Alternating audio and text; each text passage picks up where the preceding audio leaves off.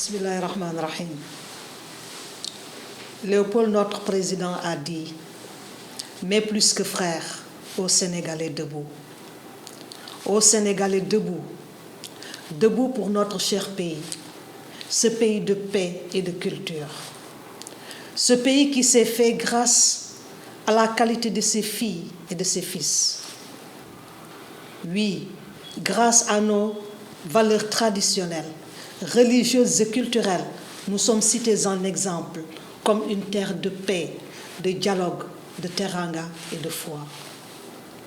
Mais aujourd'hui, il faut le reconnaître, des Sénégalais parmi nous, des Sénégalais qui ne représentent même pas 10%, sont en train de tout s'aborder. Pour accéder au pouvoir ou pour se maintenir au pouvoir, ils sont prêts à tout. Quitte à mettre en péril la vie du Sénégalais, quitte à mettre en péril notre commune volonté de vivre ensemble, quitte à mettre en péril la cohésion nationale. Mais plus que frères, aux Sénégalais debout. Debout parce que notre cher pays va mal. Debout parce que la crise est profonde. Debout parce que c'est une crise des valeurs. Et je suis d'avis avec Ahmed Shawqi. Innamal umamul akhlaqu ma baqiyat fa inhumu dhahabat akhlaquhum dhahabu. Les valeurs morales font les nations. Si les valeurs disparaissent, ces nations disparaîtront à leur tour. Mes chers compatriotes, nous sommes respectés à travers le monde, non pas parce que nous avons des ressources naturelles, mais parce que nous avons des valeurs que nous incarnons, ces valeurs qui nous ont été léguées par nos ancêtres. Que reste-t-il de valeurs héritées des femmes de Nder? Ces femmes qui ont préféré la mort plutôt que de vivre dans le déshonneur et l'humiliation. Sacrifice suprême de femmes pour la postérité, au nom de la dignité, de l'honneur et de la liberté. Que nous reste-t-il de cette valeur nommée fidélité? Fidélité non pas à un homme, non pas à une femme, mais à une cause, à un idéal. Lat Dior avait toujours refusé la construction des chemins de fer. Il disait, moi vivant, Malaw ne verrait point les rails. Alors quand on a voulu montrer à Malaw les rails, Malaw s'est suicidé. Il ne s'est pas suicidé parce que son maître est tombé, mais il s'est suicidé pour la cause que son maître défendait. Sacrifice d'un animal pour un idéal. Que nous reste-t-il de la parole donnée qui a poussé Lat Dior à aller à Dekele? Alors que Serigne Touba lui avait demandé de renoncer à la bataille, Lat Dior rétorqua qu'il avait déjà donné sa parole. Une parole donnée, c'est une parole sacrée, une parole d'honneur. C'est un engagement devant Dieu et devant les hommes. Ya ayyuhal ladina amanu awfu bil uqud. Ô vous qui croyez, remplissez fidèlement vos engagements, parce que innal arda kana mas'oula. Nous serons interrogés sur nos engagements. Que votre parole soit oui, si c'est oui, non, si c'est non. Ce qui en plus vient du mauvais, nous dit Saint Matthieu. Que nous reste-t-il des valeurs héritées de la reine de Cabrousse, Aline Sitoé Diatta, figure féminine et juvénile de la résistance pacifique contre toute forme de domination? L'histoire retiendra que Aline Sitoé Diatta a préféré se rendre aux colons plutôt que de voir des innocents tués lors de son arrestation. Sacrifice suprême de femmes pour la postérité, au nom de la sacralité de la vie humaine.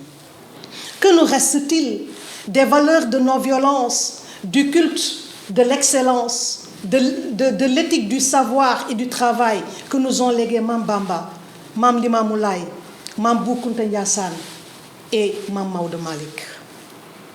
Que nous reste-t-il de l'ouverture d'esprit de Mam Baye Niass qui lui a permis de conquérir des millions de cœurs à travers le monde?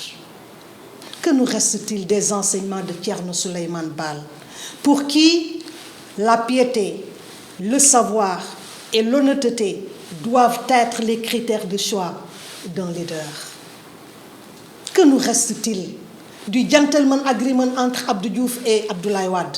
Ce gentleman agreement qui a permis au Sénégal, à des heures sombres de son histoire, de rassembler ses filles et ses fils autour de l'essentiel. Que nous reste-t-il du Sénégal, pays de Teranga? Que nous reste-t-il du Sénégal, pays de dialogue?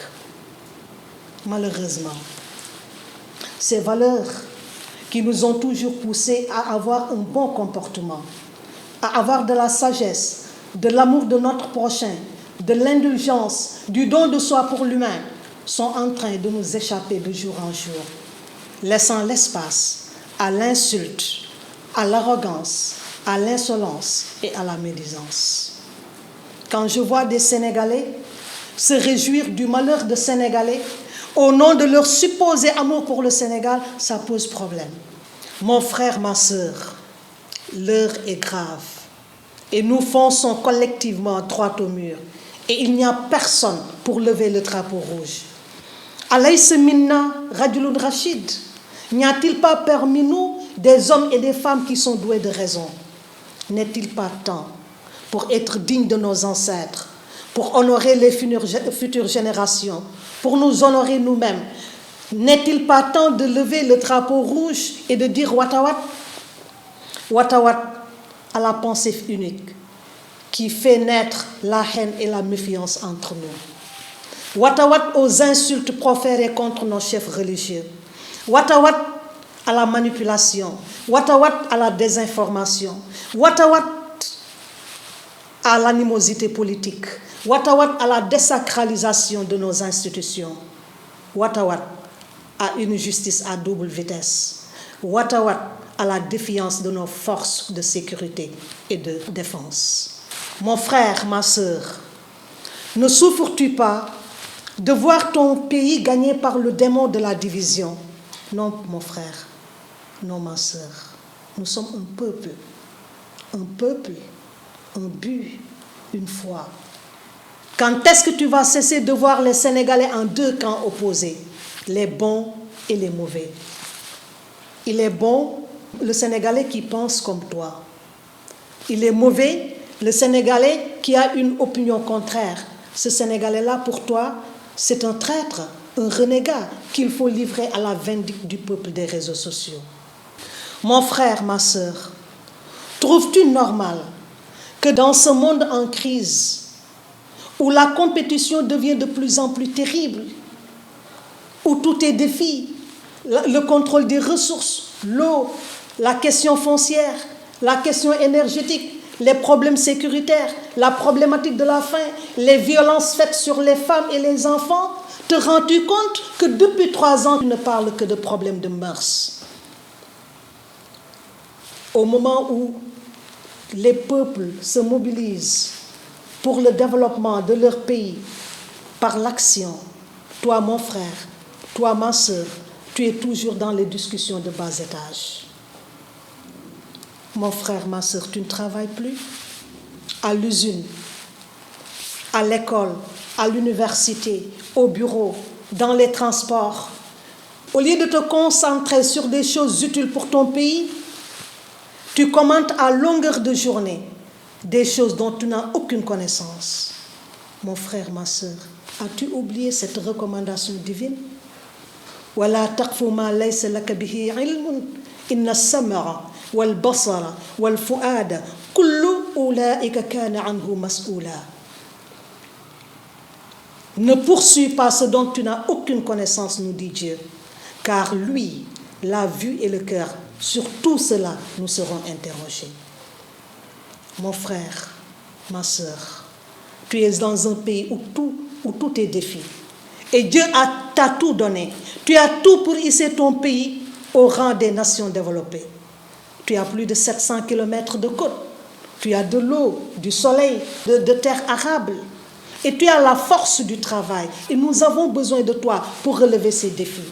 Oui, pour relever ces défis. Mais dans la paix, la discipline et dans le respect de la vie humaine.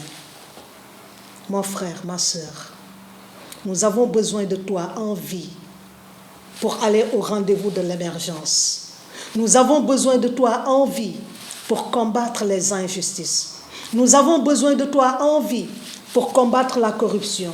En vie, oui, en vie, tu seras utile à toi-même, à ta famille, à ta nation.